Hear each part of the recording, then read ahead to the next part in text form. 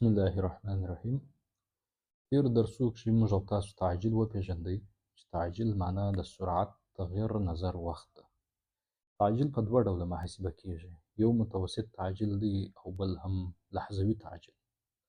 متوسط تعجیل دې ته ویل کېږي چې موږ او تاسو د سرعت، تغیر، نظر، وخت محاسبه کوو. دې ته ویل کېږي ایوریج یا هم منځنی تعجیل. او بل لحظوي تعجیل دی.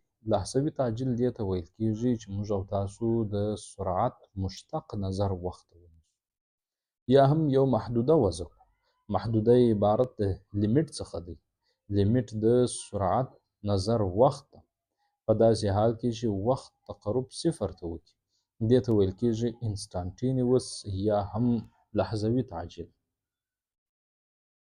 بل هم لحظوي تعجیل موږ او تاسو د تغیر مکان د دوهمي مشتق څخه لاسته راوړای شو چې نظر وخت ته یې محاسبه کوو.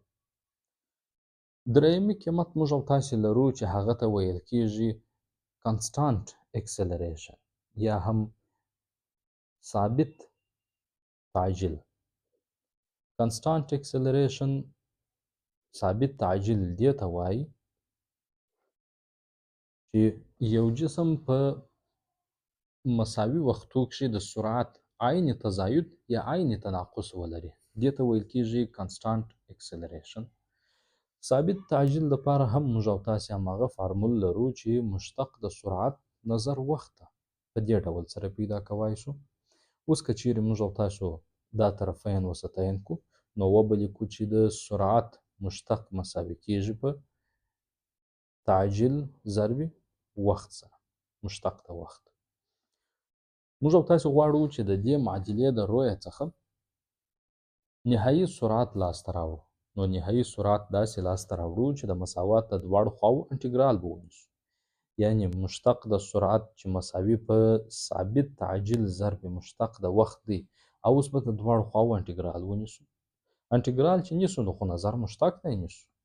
دغه مشتق یعنې د سرعت مشتق شو. نو بناً انټګرال د اولني سرعت څخه بیا تر اخرني سرعت پورې معین انټګرال ته مو واړوئ.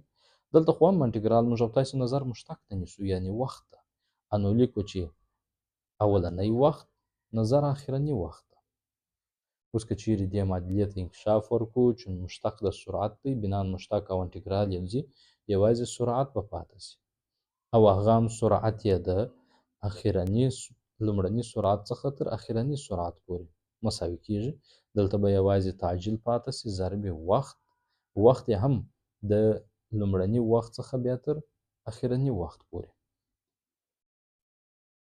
نو اول به یې پله اخرنی قیمت پکښې وضع کړو منفي بیا به اولنی قیمت پکښې وضع کړو. نو وبه لیکو چې وي چې دلته په صورت کې یعنې په اول وي ده بیا وروسته منفي کېږي د لومړني څخه.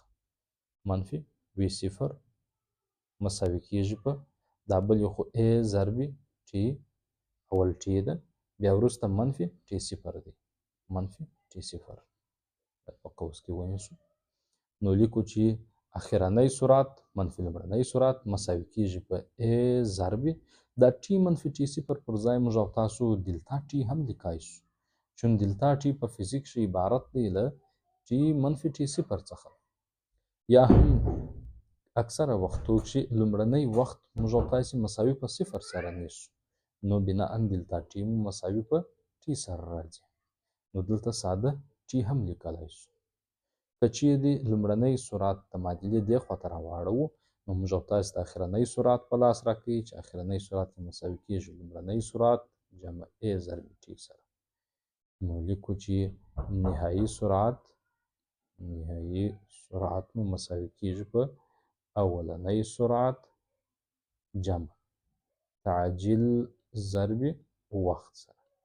دا زموږ او ستاسو د حرکت لومړنۍ معادله سول چې په ډینامیک کښې استفاده ځینې کوو.